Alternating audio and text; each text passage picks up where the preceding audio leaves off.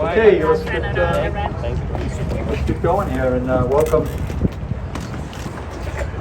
to the State House on this beautiful day. And we've had a lot of activity today, starting with the Garden of Heroes with a Lieutenant Governor, and I'm happy to be joined again by Lieutenant Governor Peter McCaffrey, along with Representative Slater, Senator Miller, members of the Department of Business Regulation team, all the stakeholders, and all the members of the General Assembly here that has played a role, senators and representatives.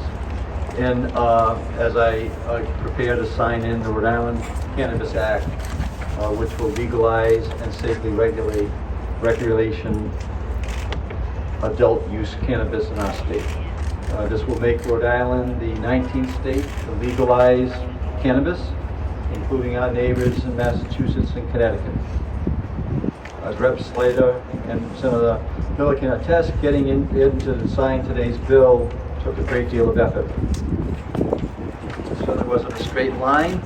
It took hundreds of hours of work, meetings, stakeholder sessions, negotiations, and collaboration. And that's how good legislation gets done.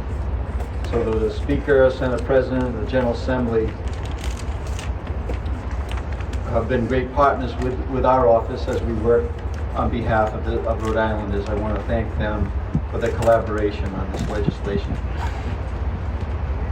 The bill I signed today into law ensures that legalization is equitable, controlled, and safe. Those were three things that were very important to all of us who were negotiating this final agreement as Rhode Island begins this new chapter.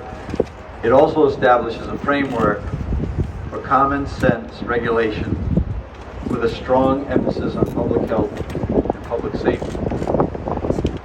In addition to that, this bill creates a process for automatic expungement of past cannabis convictions. This was something that our administration included in my initial proposals with the General Assembly, and I thank them for including it in the final product. The bill also makes important investments in the creation of an equitable, accessible cannabis retail market by setting aside certain application fee revenues and reserving a portion of new licenses for social equity applicants and worker-owned cooperatives. Again, that was a part of our original ask of the General Assembly, and I know that that was part of their original intent, so thank you. Before I conclude, I want to thank my team at the Department of Regulation under the direction of Director Liz Tana. I especially wanted to give special recognition to Pam Toro and Matt Santacross for extraordinary amount of effort they put into this legislation, and I visited DBR a few weeks back to see the extensive work that was going on at the moment and the extensive work that's going to be added to everybody's schedule here to make sure that this legislation is done well, it's regulated safely, and it's a benefit to the people in the state of Rhode Island. So together, we got the job done, and we got it done right. And with that, I'll turn it over to our leader, McCaffrey, for his comments. Leader?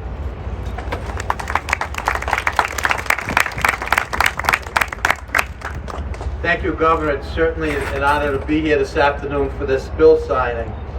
But first of all, it's really a momentous day for the state of Rhode Island. And I'd like to recognize my colleague, Chairman Miller. He's been a tireless advocate for this issue for over 10 years. Not 10 days, not a year, but 10 years he's been working towards this day. And it we wouldn't be here today if it wasn't for the leadership of President Ruggiero in this matter, who 2 years ago charged Senator Miller and I that we work on this. We worked on it with our staff, and we came up with a bill that would pass the Senate and went to the House. And then after that, it didn't pass the House last year.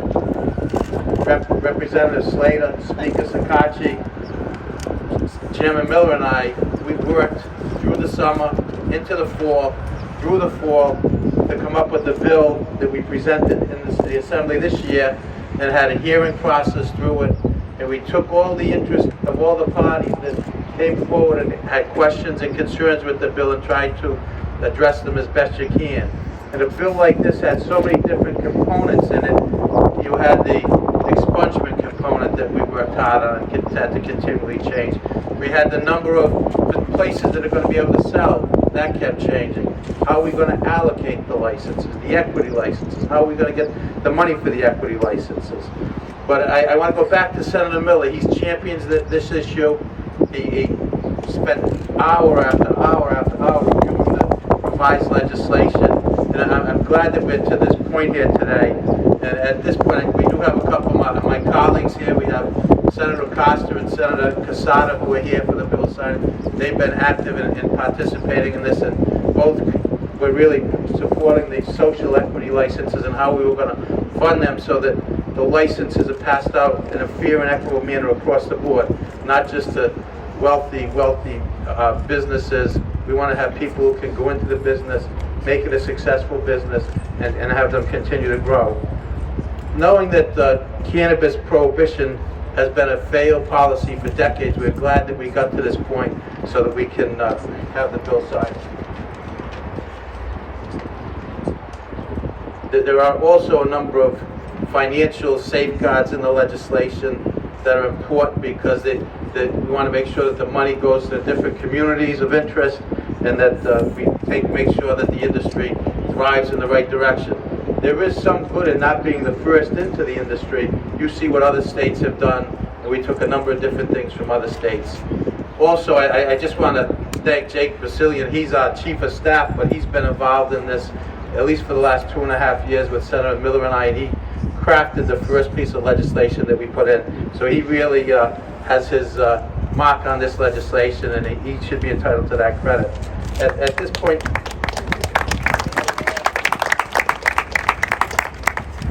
at this point in time, I'd like to invite my chairman of Health and Human Services, Chairman Miller, to the podium to say a few words. And this is a day that he's been waiting a long time for. Chairman Miller? Thank you.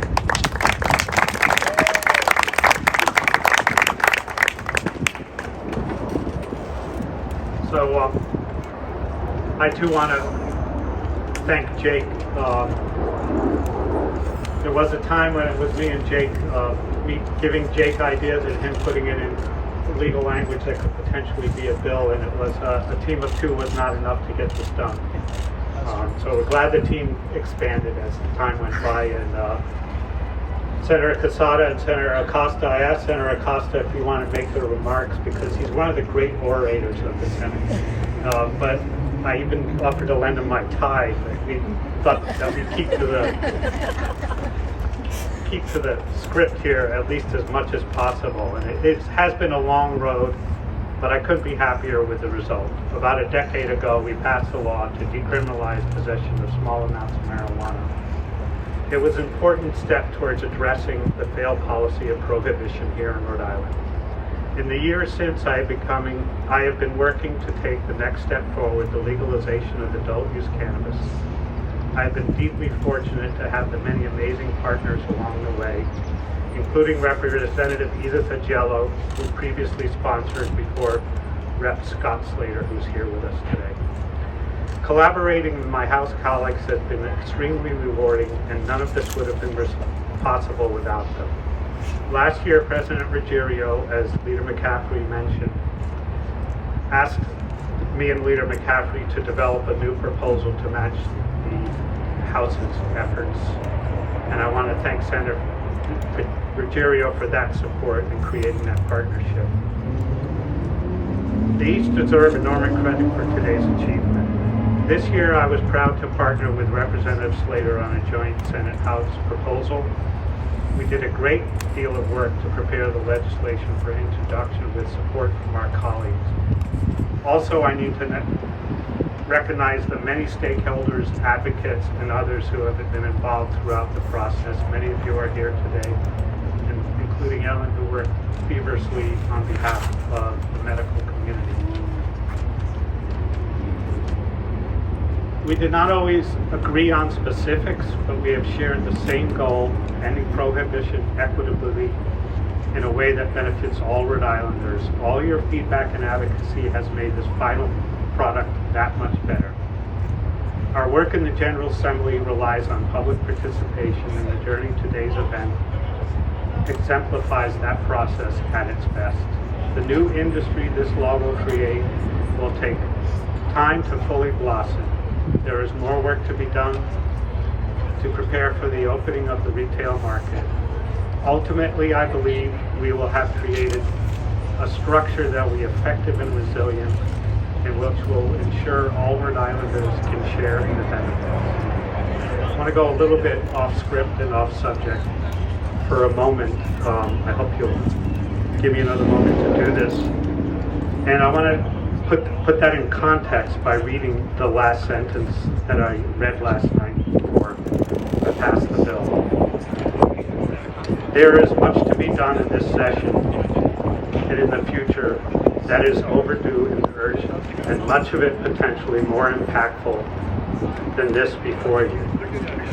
But every effort has a moment and a time when we can agree to move forward to a better Rhode Island.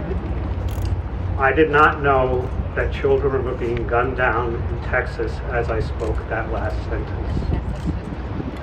Stop with the prayers. Gun safety legislation needs action. It's urgent.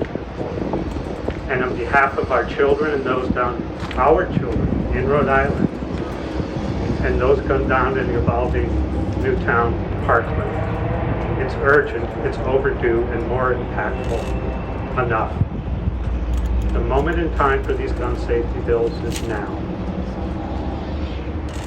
So please pass some of the bills that are before the Senate and not yet before the full, both the Senate and the House, but not on the floor yet, including 2653 to limit magazine capacity, 2244 to regulate assault weapons, 2734 for safe storage, 2825 to prohibit open carry in public, and the bill 2637 to raise the age to 21 to buy a long gun. Thank you.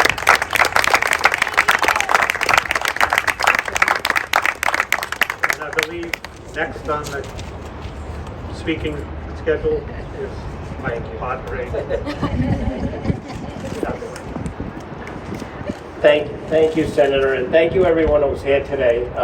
It's really an honor to be here, and something that I've been working on for a number of years. So I'm very proud of this day that we have this bill signing today. It's a great honor. I really like to thank Senator Miller, Peter McCaffrey, President Donnie Ruggiero for their work, collaboration on this bill. For many years I've been putting this bill in, and Senator Miller would put his version in, and I put my version in, and we kind of go to our own corners and advocate for what we thought was the best bill we had. And this year we were able to work collaboratively. After last year the Senate had passed it, we kind of came together in the fall and worked many hours, put in a lot of time, and I think it was great, and it was really an honor to work with them and to get this done. And also the governor had his proposal, and it was great that we were able to work with his administration and staff, and as he said in his remarks, that's the way good legislation is done. You come together, you collaborate, you work, and so it's been a great honor. I think Peter McCaffrey talked about a lot of the details of the bill. The one aspect that I'm really excited about and happy about this bill is that we put a lot of time into the social equity piece. We made sure that 25% of the licenses would be set aside for social equity applicants. We have a great automatic expungement in there. Originally we had a petition base, and we worked with not only the advocates, but my colleague who's here with me today, Representative Leonella Felix, was very important and weighed in a lot on that, and put in a lot of time on her own, meeting with the courts, the AG, and worked very hard. So thank you, Leonella, for your work on that.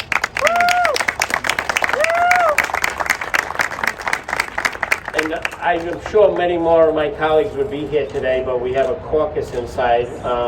So I thank Speaker Sakachi, Peter Blazajewski, Whip Kazarian, and everyone else of my colleagues that helped helped navigate the debate and get this legislation to the point where it is, where we can sign it today.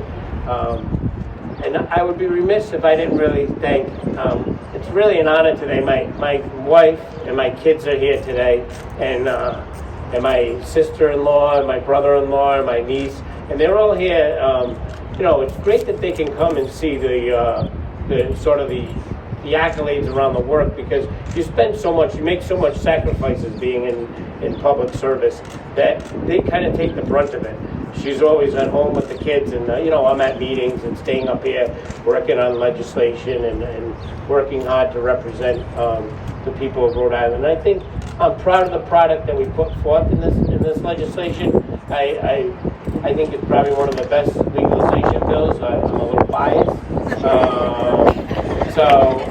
So thank you to everyone, and also, you know, Nicole McCarty, the legal counsel to the speaker. She was instrumental in the work that she put in on this, and just day in and day out, up here till 12 o'clock, similar to Jake Bazillion, who's over on the Senate side, who drafted one of the earlier versions. So with all the staff that helped make us look great, it's wonderful to have them and advocating and pushing on these bills.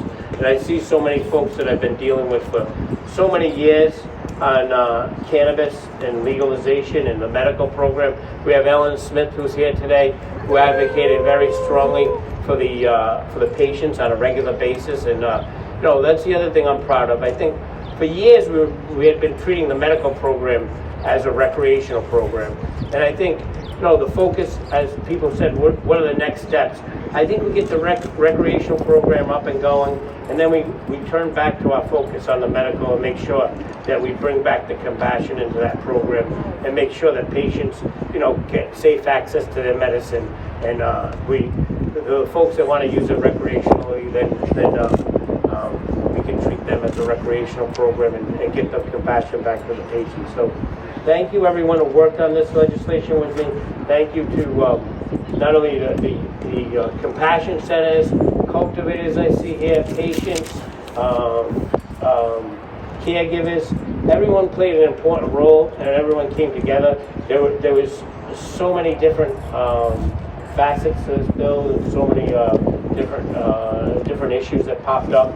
So it's been great, and it's wonderful that we get to this point where we can sign legislation. And as Senator Miller said, you know, we'll be back. I'm sure there'll be stuff that we need to work on and continue to work on the program. So thank you everyone that could be here today, and I look forward to continuing the work. Thank you.